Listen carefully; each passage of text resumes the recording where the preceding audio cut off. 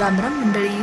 शिरा म्हणलं की आहा, आणि त्यातून केळीचं शिरा म्हणला की एकदम मस्तच. हां, मग काय, रवा भाजून घ्यायचा, पण तुपात खूप छान जास्तीत जास्त तूप टाकायचं आणि मस्त भाजून घ्यायचा. खूप लालसर करायचा नाही, नाहीतर मग शिरा पण एकदम लालसर होतो.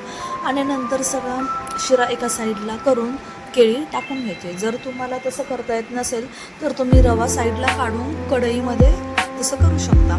त्याच्यामध्ये सगळे ड्रायफ्रुट्स टाकले, मग त्याच्यामध्ये काजू, बदाम, पिस्ता सगळं काही होतं. मग ते मस्त त्याच्यावर परत तूप सोडलं आणि तूप सोडून झाल्यानंतर मस्तपैकी ते फ्राय करून घेतलं. कारण शिरा आणि केळी जे काही ड्रायफ्रूट टाकले आणि तूप टाकले हे सगळं एकजीव झालं पाहिजे. आणि मस्तपैकी त्याला पाणी सुटेपर्यंत प्रॉपर असं लुसलुसीत होईपर्यंत मस्त मिक्स करून घ्यायचं. फुल गॅस ठेवायचा मिक्स करताना. जर आपल्याला वाटतं की शिरा खाली लागतोय तर मग बारीक गॅस करायचा आणि दूध टाकून घ्यायचं. दूध तुम्हाला जेवढा पातळ शिरा हवा आहे, जेवढा कन्सिस्टन्सी हवी आहे त्याप्रमाणे ॲड करून घ्यायचा आणि तेही मस्त हलवून आणि घट्ट करून घ्यायचा, जेणेकरून तो सगळा दूध मुरलं पाहिजे त्या शिऱ्यामध्ये, रव्यामध्ये. मग पूर्ण हलवून घेतलं की थोडासा तो थिक होत जातो. जोपर्यंत तो पातळ आहे तोपर्यंत त्याला मोठ्या गॅसवर किंवा फुल गॅसवर हलवत राहायचं. आणि जेव्हा तो थिक होतो म्हणजे तो घट्ट होत जातो तेव्हा त्याच्यामध्ये साखर ॲड करायची.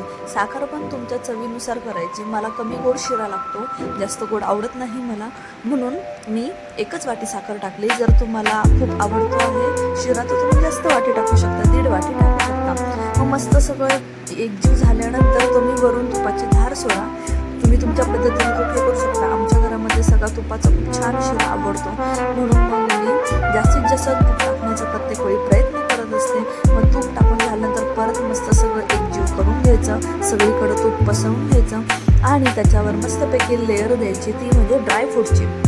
ड्रायफ्रूटने गार्निशिंग करून घ्यायचं आणि ड्रायफ्रूट झालं की त्याच्यानंतर वेलची पावडरचं गार्निशिंग करून घ्यायचं आणि व्यवस्थित सगळीकडे पसरवून झाल्यानंतर इथे तुमचा रेडी आहे मस्तपैकी गरमगरम शिरा. हा शिरा कसा वाटतो हे तुम्ही घरी एकदा करून बघा, ट्राय करा आणि कशी टेस्ट लागते हे मला कमेंट बॉक्समध्ये नक्की कळवा आणि मस्तपैकी हा शिरा एन्जॉय करा. राम राम.